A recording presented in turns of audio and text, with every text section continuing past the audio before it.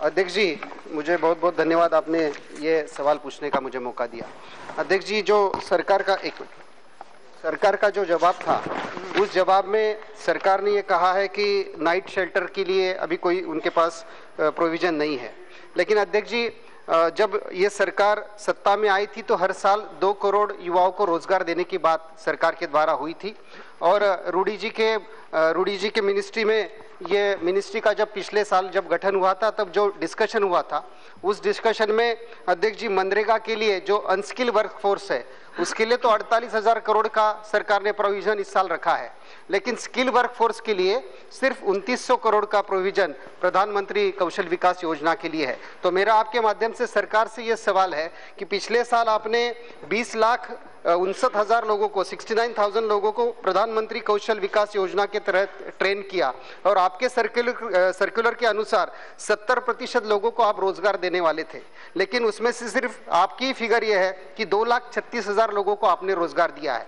तो इसका मतलब यह है कि अगर हर साल सिर्फ 2 लाख लोगों को आप रोजगार दोगे तो आपका जो 2 करोड़ लोगों को रोजगार देने का वादा था वो कहीं ना कहीं फेल हुआ है। तो क्या सरकार मानती है कि रोजगार निर्मित में कहीं ना कहीं सरकार की ये विफलता रही? महोदया, ये 3-4 सवालों को उन्होंने एक ही प्रश्न में डाल दिया। इनका मूल प्रश्न शेल्टर होम्स के बारे में था और वहाँ किसी प्रकार का प्रशिक्षण दिया जाता है या नहीं। मूलतः ये सवाल सोशल वेलफेयर सेक्टर का है जिसमें शेल्टर होम्स होते हैं और अभी तक ऐसा कोई प्रावधान नहीं किया गया है। जो इस प्रकार के शेल्टर होम्स बेसिकली दिल्ली और बड़े शहरों में जो मौसम के कारण उनको वहाँ रखा जाता है और रात को वो आश्रय लेने आते हैं और उनको प्रशिक्षण दिया जाए, इस प्रकार का अभी तक हमारे मंत्रालय में कोई प्रावधान ऐसा नहीं है। इसके अतिरिक्त उन्होंने कहा कि प्रधानमंत्री कौशल विकास योजना के तहत 70% नौकरी देना है। शायद इस पूरे योजना के परिभाषा में मैं बताना चाहूँगा, जो प्रधानमंत्री कौशल विकास योजना के तहत जो प्रशिक्षण का काम चल रहा है, इसमें पहले जो योजना थी उसमें कोई मानक नहीं दिया गया था कि ये जो बच्चे ट्रेन होके जाते हैं उन्हें कंपलसरी रूप से एम्प्लॉयमेंट भी लेना है। हम लोगों ने अब, क्योंकि ये 100% ग्रांट स्कीम है और वैसे लोगों के लिए है जो या तो ड्रॉप आउट हैं, देहात में हैं, गरीब हैं, और उन क्षेत्रों में ऐसे केंद्रों की स्थापना करके उनको प्रशिक्षण दे करके रोजगार के दरवाजे तक पहुंचाने का मार्ग प्रशस्त करना है। और मूल रूप से जब ऐसे बच्चों के बारे में हम बात करते हैं तो वो बच्चे वैसे हैं जो एंट्री लेवल, जिनके गांव देहात में रहने पर 2,000-3,000 की भी आमदनी नहीं हो, उनको थोड़ा प्रशिक्षण दे करके एंट्री लेवल जॉब तक पहुंचाना है। और इसलिए हम लोगों ने इस मानक को कंफर्म कर दिया है कि अगर 100 बच्चे कहीं किसी संस्था में प्रशिक्षित हो रहे हैं इस योजना के तहत, तो 70% को एम्प्लॉयमेंट की परिभाषा हम लोगों ने 3 कर दी है। या तो वो जो प्रशिक्षण केंद्र है या प्रशिक्षणार्थी है वो उनको रोजगार के दरवाजे तक पहुंचाए, जो डेली वेजेस पर भी हो सकता है, पारिश्रमिक पर भी हो सकता है, और या फिर उसको हम लोग, ये बच्चा जो बेसिक कोर्स करके निकलता है उसको अप्रेंटिसशिप के रूप में, अगर वो इंडस्ट्री में कहीं जाके काम करता है तो उसको भी हम लोग एम्प्लॉयमेंट की कैटेगरी मानते हैं। और तीसरा है कि ऐसा बच्चा जो प्रशिक्षित होता है, अगर वो सेल्फ एम्प्लॉयमेंट के लिए, यानी कि अगर कोई बच्ची अगर ब्यूटिशियन का कोर्स करती है या कोई इलेक्ट्रिशियन का कोर्स करता है और वो अपने लिए स्नाइडर का 50,000 रुपये का किट बैंक से लोन में ले लेता है और अपना काम शुरू करना चाहता है, तो उसे भी हम एम्प्लॉयमेंट का दर्ज मानते हैं। आपने सिर्फ ये जो 2 लाख के आंकड़े दिए हैं, ये हमारे एक योजना के तहत है, पूरी सरकार की योजनाओं का आंकड़ा यहाँ से नहीं। हमारे जिस प्रकार से हमारा सकल घरेलू उत्पाद बढ़ रहा है, जिस प्रकार से औद्योगिकरण बढ़ रहा है, जिस प्रकार से फॉरेन इन्वेस्टमेंट आ रहा है, इससे जो वातावरण उत्पन्न हो रहा है, आपको मैं ये दावे के साथ कह सकता हूं कि आज भी इस देश में एंट्री लेवल जॉब्स की बड़ी आवश्यकता है। और मेरा अपना अनुभव है कि पिछले 6 माह में हम लोगों ने उत्तर प्रदेश में लगभग 14 स्थानों पर हम लोगों ने कैंप्स लगाए, जहां लगभग 92,000 बच्चों का फुटफॉल हुआ, और वहां बिना जो सामान्य रूप से समाज में प्रशिक्षित थे उनको हम लोगों ने लगभग 12,000 नौजवानों को उनके स्थान पर एंट्री लेवल जॉब्स का एम्प्लॉयमेंट लेटर दिया। तो आज भी देश में एंट्री लेवल जॉब्स के लिए, जो नीचे स्तर पर होता है, जो फैक्ट्रियों में उपयोग हो, जो सर्विसेज सेक्टर में उपयोग हो, आज भी बहुत बड़े पैमाने पर जॉब है और उसके तरफ हम अपने प्रशिक्षण करके इन बच्चों को आगे ले जा रहे हैं। इसलिए आपने 3-4 सवालों को एक जगह कर दिया है। कई स्थानों पर जो रोजगार है, तो आपने एक वर्टिकल, एक मंत्रालय की एक स्कीम पर जोड़ा है। ये सच नहीं है। आज भी इस देश में बड़े पैमाने पर रोजगार सृजन हो रहा है और बच्चों को रोजगार मिल रहा है। Second supplementary. अध्यक्ष जी, स्किल डेवलपमेंट मिनिस्ट्री के जो मंत्री है राजीव रूडी जी कितने स्किल्ड है ये हम सब ने अभी देखा कि कम बजट होने के बावजूद भी वो बात रख रहे हैं। मेरे कॉन्स्टिट्यूंसी के बारे में अध्यक्ष जी यहाँ पर सवाल है। सवाल ये है कि मेरी कॉन्स्टिट्यूंसी 3 डिस्ट्रिक्ट की है, यवतमाल, हिंगोली और नांदेड़। इसमें प्रधानमंत्री कौशल विकास केंद्र की स्थापना मंत्री जी क्या जल्दी करेंगे, इस बारे में सदन को पूछा होगा। महोदय, इस पूरे स्ट्रक्चर में जो स्किलिंग का था, क्षमा कीजिए, देश में लगभग 30-35 हजार संस्थाएं और विशेष करके एनजीओज किसी न किसी कार्यक्रम में स्किलिंग का काम कर रहे थे। और जब ये मंत्रालय का गठन हुआ तो सबसे बड़े हमारे लिए जो चुनौती था कि आखिर में गुणवत्ता के साथ स्किलिंग का काम और रोजगार तक पहुंचाने के लिए क्या किया जाए। और इसके कारण अभी भी माननीय सांसदों के दिमाग में जो बात है स्किलिंग के बारे में, देश में स्किल कोई बहुत उस पूरे व्यवस्था में जो काम किया जा रहा था उसमें एकरूपता नहीं थी। इसलिए हम लोगों ने तय किया कि अब जो कुछ भी हो वो गुणवत्ता के साथ हो, और उसके लिए हम लोगों ने पहले बेंचमार्क स्थापित करने का कोशिश किया, क्योंकि अभी तक औपचारिक स्तर पर जो स्किलिंग का काम होता था वो आईटीआईज में होता था, लॉन्ग ड्यूरेशन स्किलिंग का काम। जो शॉर्ट टर्म स्किलिंग का कोर्सेज था उसके बारे में मान्यता या उस प्रकार की व्यवस्था कम थी, और इसीलिए सबको ये समझ में आए कि स्किलिंग किस प्रकार से हो, तो हम लोगों ने प्रधानमंत्री कौशल केंद्र की कल्पना की, जो माननीय सांसदों के क्षेत्र में स्थापित करने की बात हमने पहले भी सदन में किया है। अभी हम लोगों ने लगभग 400 स्थानों का चयन किया है। 400 स्थान में लगभग 400 स्थानों में लगभग अभी 100 स्थानों पर हम स्थापित कर पाए हैं। 60 स्थानों पर उद्घाटन भी हुआ है और कई माननीय सांसदों ने जाके उसका उद्घाटन भी किया है। अगले 1 माह के भीतर हम 40 और केंद्र करेंगे, क्योंकि ये अभी तक वैसी बड़ी संस्थाएं, क्योंकि ये फिलैंथ्रोपिक काम के रूप में नहीं है, इसमें हम लोगों को जो काम कराना है गुणवत्ता के साथ करना है। एक हब हो जाए जिला में जहां इस प्रकार के प्रशिक्षण माननीय सांसद देख सके और इसके छोटे छोटे स्पोक्स विभिन्न योजनाओं के पूरे जिला में फैल सके। हम कोशिश कर रहे हैं और ये प्रयास है कि अगले 6 माह के भीतर कम से कम 250 स्थानों पर संसदीय क्षेत्र के भीतर करें। मैं माननीय सांसदों से ये भी आग्रह करूंगा कि हम लोगों ने जो ट्रेनिंग पार्टनर्स हैं वो गुणवत्ता के साथ चुने हैं। हम उनसे लगातार ये कह रहे हैं कि माननीय सांसदों को उसमें उनके साथ जोड़ना, उनको कॉन्फिडेंस में लेना, साइट सिलेक्शन करना और जो ट्रेनिंग का काम हो उसके साथ उनको जोड़ना है। इसलिए हम लोग ये कोशिश कर रहे हैं, लेकिन इसमें अभी भी कमी है जिसको हम पूरा करने का प्रयास कर रहे हैं। Thank you. Shri Dhananjay Mahadik, short question and short answer both are expected. धन्यवाद अध्यक्ष जी। मैं मंत्री जी का और सरकार का अभिनंदन करना चाहूँगा कि स्किल डेवलपमेंट में बहुत अच्छा और बड़ा काम हो रहा है। हमारे देश की तुलना अगर अन्य देशों से की जाए तो स्किल डेवलपमेंट में हमारे देश में वर्क फोर्स सिर्फ 2 या 3% है सर, और अन्य देशों में जैसे जापान और यूरोप में 15% है, चाइना में तो 30% के करीब है।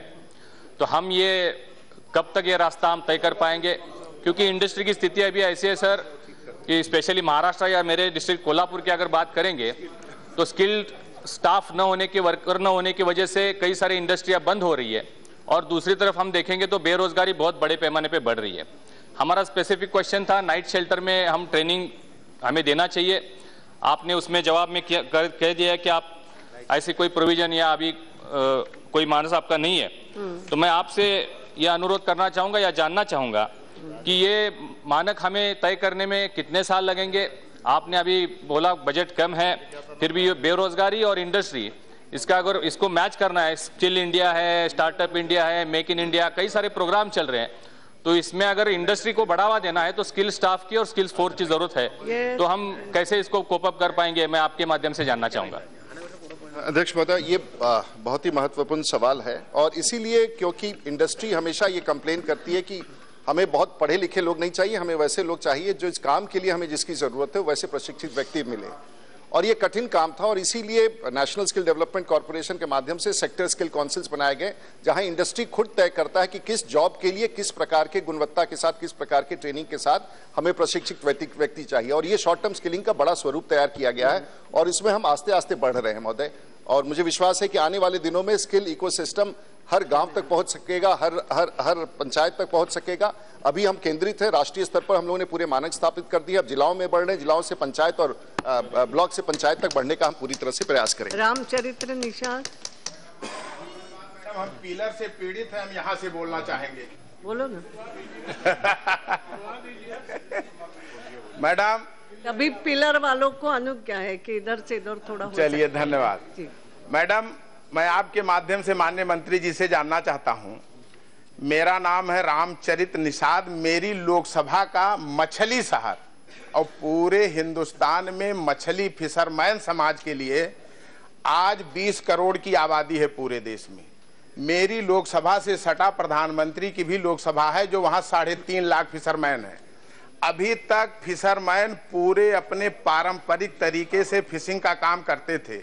हम माननीय मंत्री जी से जानना चाहता हूं, क्या अपनी सरकार में उनको कोई नई ट्रेनिंग देने की कोई योजना है? और माननीय मंत्री जी बड़ा दिल करके इस समाज को भी कुछ काम करने की कोशिश करिए। बहुत बहुत धन्यवाद। महोदया, देखिए, ये कोई सामान्य सवाल नहीं है। माननीय सांसद का ये सवाल, इसमें बहुत दम है मैम। और अगर माननीय प्रधानमंत्री जी ने इस मंत्रालय की स्थापना की है तो ऐसे ही सवालों के उत्तर देने के लिए इस मंत्रालय की स्थापना की है।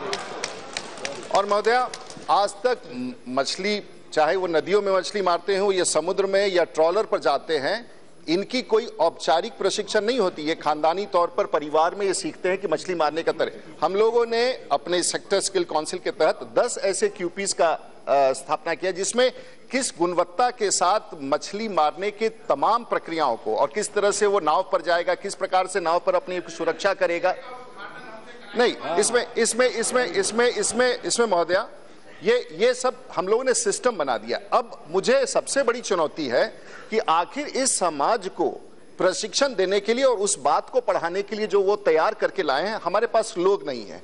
पहले ऐसे प्रशिक्षण देने वाले लोगों को, जो वैसे मछुआरे जो पढ़े लिखे भी हैं और इन सब चीजों को समझते हैं। हमारे यहाँ वाइजैक के सांसद है, बैठे हुए हैं, वो उनका पहले ट्रॉलर का व्यवसाय था, वो पूरा का पूरा बंद हो चुका है। इनके यहाँ समुद्र में जा करके जो लोग मछुआरे जा करके काम, जो मछलियां मार के लाते हैं, उसको मार के लाना, किन मछलियों को पकड़ के रखना, किसको समुद्र में वापस डाल देना, वापस ला करके उसको फिर किस प्रकार से आइसिंग में करना, फिर उसकी ये व्यवस्था, क्षमा कीजिए, ये काम तो देश जब आजाद हुआ तब से शुरू होना चाहिए था। आज ये सभी सवालों का उत्तर मुझसे पूछ करके एक बड़ी जिम्मेवारी है। लेकिन एक एक क्षेत्र में और हर सांसद के क्षेत्र में इस प्रकार के हैं। हम लोगों ने आपके यहाँ, अगर आपके पास कोई है तो स्पेशल प्रोजेक्ट्स भी हम लोगों ने अपने पैसा माननीय प्रधानमंत्री जी ने दिया है। और एक बात मैं स्पष्ट रूप से कहना चाहता हूं कि स्किल में अब कोई पैसे का अभाव नहीं है। इसलिए ये ना कहें, सिर्फ योजना कैसे कार्यान्वित हो, योजना की गुणवत्ता हो और योजना करने की शैली हो, वो सब तय करना है। और ये बहुत, लगभग हर मंत्रालय में मेरा मंत्रालय है महोदय, हर काम में मेरा मंत्रालय है। इसलिए मैं हर मंत्रालय से मिलकर के, और कृषि मंत्रालय मुझे लगता है कि मछली पालन का मूल विषय, लेकिन हम लोगों ने क्यूपी बनाया है और आपने ये विषय उठाया है। मैं निश्चित रूप से देश के मछुआरों को इस सदन से कहना चाहूंगा कि आपके लिए भी आपके स्तर के प्रशिक्षण का, और सरकार निःशुल्क प्रशिक्षण ऐसे गरीब मछुआरों के लिए करेगी। ये हमारी सरकार का संकल्प है, हम इस काम को पूरा करेंगे। YV Subba Reddy ji. Thank you, ma'am. Sir, I am thankful to the Honorable Minister for sanctioning Skill Development Center at Ongole, Andhra Pradesh, relating to only non-technical skills, hospitality, retail and housekeeping. The Skill Development Center now is playing very important role, not only in providing skills to the people, but also helps in getting employment and setting up of the small units also, sir. But in turn provide employment to others also. My supplementary to the Honorable Minister is there is a need to include more sectors, especially technical skills like IT, ITS, paramedical courses and diploma holders training in the present skill development set. When he will, Honorable Minister will consider to include these sectors, and also to we require support to the providing boarding facility to the students and employed youth, sir. This is what I want a clear answer. I am very thankful to the Honorable Minister. He is from the state of Andhra Pradesh, from the constituency called Ongole. He has himself, I do not know, but he has said that a center has been established and there are 2 trades in which training is going on, and he has also admitted that these boys are being taken for employment. So there is some proof that this scheme has taken off and we have to do. But he wants that more number of such schemes should be gone. It's the capacity of the training partner who has to do it, whether he is able to mobilize more children to the center, and whether he has the facility and the trainers who have more people to train them. So this is one case example of Ongole. And the other aspect they said, it's absolutely true that after some point of time, the catchment area of a particular center will dry up. So it is very important to have some residential facilities. We are exploring, and I've asked my ministry to examine the possibility of setting up hostels for all these children who come there and poor children who come there who could be trained. So hostel facility and these Pradhan Mantri Kaushal Kendra which are being established would become a hub of short-term skilling of credibility which would be under the supervision of the members of parliament. Yes. And we will give every possible support to these PMKKs who are functioning good, and from the hub we'll try to establish spokes so that integration takes place and monitoring can also take place under the supervision of honorable members of parliament. Narayan भाई कछाड़िया जी। बहुत धन्यवाद महोदया। मैं आपके माध्यम से माननीय मंत्री जी को और सरकार को बहुत बहुत बधाई भी देता हूं, और माननीय मंत्री जी को संज्ञान में लाना चाहूँगा कि कौशल विकास मंत्रालय के अधीन कार्यरत क्वालिटी कंट्रोल ऑफ इंडिया और प्रशिक्षण निर्देशालय डीजीटी प्राइवेट ITI संस्थानों को मान्यता देने हेतु अपनी जिम्मेदारियों को एक दूसरे पर मढ़ने का कार्य कर रहे हैं, जिसके कारण देश के विभिन्न हिस्सों में प्राइवेट ITI के स्थापना हेतु दिए गए आवेदनों पर कोई कार्यवाही नहीं हो रही है, जिससे हमारे माननीय प्रधानमंत्री जी ने जो देश को कौशल भारत बनाने की योजना को प्रभावित कर रही है। अंत में मैं माननीय मंत्री जी महोदय से जानना चाहूँगा कि देश में प्राइवेट ITI के स्थापना हेतु कितने आवेदन QCI में लंबित है और इन लंबित मामलों को निस्तांतरण हेतु सरकार को कितना समय लगेगा? ये महत्वपूर्ण सवाल है मैम। और जो ITIs माननीय प्रधानमंत्री जी के निर्देश पर जो पूरे ITIs आज लेबर मिनिस्ट्री से निकाल करके स्किल मिनिस्ट्री में दिया गया, और उन्होंने एक संस्था की जिक्र की है जिसका नाम है QCI। वो भी सरकार की ही एक संस्था है और एक दूसरे मंत्रालय में है जिसको क्वालिटी एक्रेडिशन का काम करना पड़ता है। उस पर मैं कोई टिप्पणी नहीं करना चाहूंगा। माननीय सांसद खुद जानते होंगे कि कितनी किस गुणवत्ता के साथ कितने काम करते हैं, और इस पर मैं घोर अध्ययन कर रहा हूं, और मैं अपने कलीग मिनिस्टर से भी आग्रह करूंगा कि QCI के फंक्शनिंग पर थोड़ी निगरानी रखी जाए, क्योंकि बहुत सारे आरोप निकल के आ रहे हैं और वो संस्था हमारे अधीनस्थ नहीं है, लेकिन हम उसका रास्ता निकालने का प्रयास कर रहे हैं। जहां तक इन्होंने कहा कि QCI के कारण कई सारे ITIs के एप्लीकेशंस पेंडिंग है, कई सारे ITIs कोर्ट में चले गए हैं, क्योंकि हमारे बिहार के सांसद हैं, उत्तर प्रदेश के सांसद हैं, राजस्थान के सांसद हैं। महोदया, कहीं ना कहीं ITIs जो इस देश में 1956 से इस देश में स्किलिंग का मेन कोर्स था, उसके गुणवत्ता में गिरावट हुई है। हमारे यहाँ आटा चक्की के पीछे, किसी गौशाला के शेड में, किसी अस्पताल के पीछे के प्रांगण में 4 एस्बेस्टॉस का कमरा डाल करके ITI इस देश में, और एक एक शहर में 200 ITI खुले। पता नहीं कैसे उनको अनुमति मिली, कहाँ गुणवत्ता है। एक कैंपस में 2 गया के एक स्थान पर जब हमने जांच कराया, एक कैंपस में 2 ITI का लाइसेंस था, एक ITI उसमें था ही नहीं, और नंबर्स उसके दिए जा रहे थे कि इतने बच्चों का प्रशिक्षण हो रहा है। हम लोग ITIs का प्रशिक्षण परीक्षा को ऑनलाइन करने जा रहे हैं, और सदन के जानकारी के लिए कि अब आने वाले दिनों में जो ITI खुलेंगे वो सेंट्रल स्कूल और देश के गुणवत्ता वाले प्रशिक्षण केंद्र के रूप में खुलेंगे, उसमें कहीं कोई कॉम्प्रोमाइज नहीं किया जाएगा। एक बड़ा निर्णय देश के सामने, मिनिस्ट्री ऑफ HRD ने 23 लाख बच्चे ITI से पास आउट करते थे, और 23 लाख बच्चे, मैडम पूरा देश को सुनना चाहिए, 23 लाख बच्चे जो पास करते थे उनको मैट्रिक का 10वीं का इक्विवेलेंट नहीं दिया जाता था, 12वीं का इक्विवेलेंट नहीं दिया जाता था। वो इसलिए नहीं था क्योंकि उनके लिए आज तक प्रावधान नहीं किया। सिर्फ गुजरात में उनको लोकल पैमाने पर मैट्रिकुलेशन और +2 का अब हम निर्णय लेने वाले हैं कि CBSE के तर्ज पर, ICSE के तर्ज पर केंद्रीय विद्यालय में जो गुणवत्ता के साथ जो +2 और 10th का कोर्स होता है, NCVT के लिए ITI विद्यालयों के लिए भी पूरे भारतवर्ष में एक बोर्ड होगा जो उनको 10वीं और 12वीं के क्लास के इक्विवेलेंट में उनको सर्टिफिकेट देगा। और ये नीतिगत निर्णय हम शीघ्र लेने वाले हैं, जो ऐतिहासिक फैसला होगा कि ITI से पास करने वाला बच्चा को भी 10वीं का इक्विवेलेंट का सर्टिफिकेट हो। वो हमारा बोर्ड होगा, हम अपने बोर्ड से, HRD मंत्रालय सहमत हो गई, हम अपने बोर्ड से उसका सर्टिफिकेट देंगे, ताकि वो अगर +2 भी करता है तो +2 का इक्विवेलेंस हो, और उसके बाद BSc MSc कहीं भी जाना चाहे वो पढ़ाई कर सके। हम विधानसभा में भी 7 बार रहे, लोकसभा में 6वीं बार हैं। ये क्वेश्चन आवर होता है कि भाषण होता है? मैंने वो देखा कमलापत जितनी आवश्यक है सूचना देना चाहिए या नहीं, ये भाषण होता है क्वेश्चन नंबर 383 जी, ठीक है, बताया है। Short answer, short question. Yes, Shri Ashok Chavan ji, not there. 383 Sunil Gaekwad.